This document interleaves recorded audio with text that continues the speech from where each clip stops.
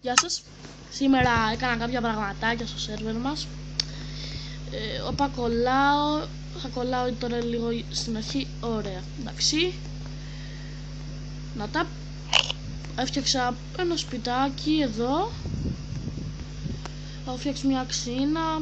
Τέλος πάντων έχω φτιάξει τα συνηθισμένα πράγματα. Δεν έχω πάει για mine. Θα πάω μαζί σας για mine.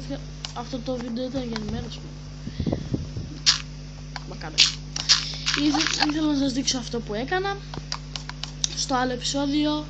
Ακριβώς στο άλλο επεισόδιο θα μπορεί να παίξω μαζί με τον ξαδερφό μου και να βγάλει και αυτός βίντεο. Δείτε το κανάλι, πολύ ωραίο κανάλι.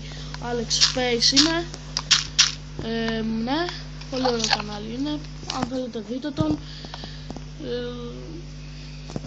Τέλος πάντων, ήθελα να σας ενημερώσω. Αυτό ήταν το βίντεο για σήμερα. Δεν ήταν μεγάλο, το ξέρω. Να περιμένετε ένα 10 λεπτό βίντεο. Ναι, 10 λεπτό, πρώτη φορά 10 λεπτό. Γεια σας.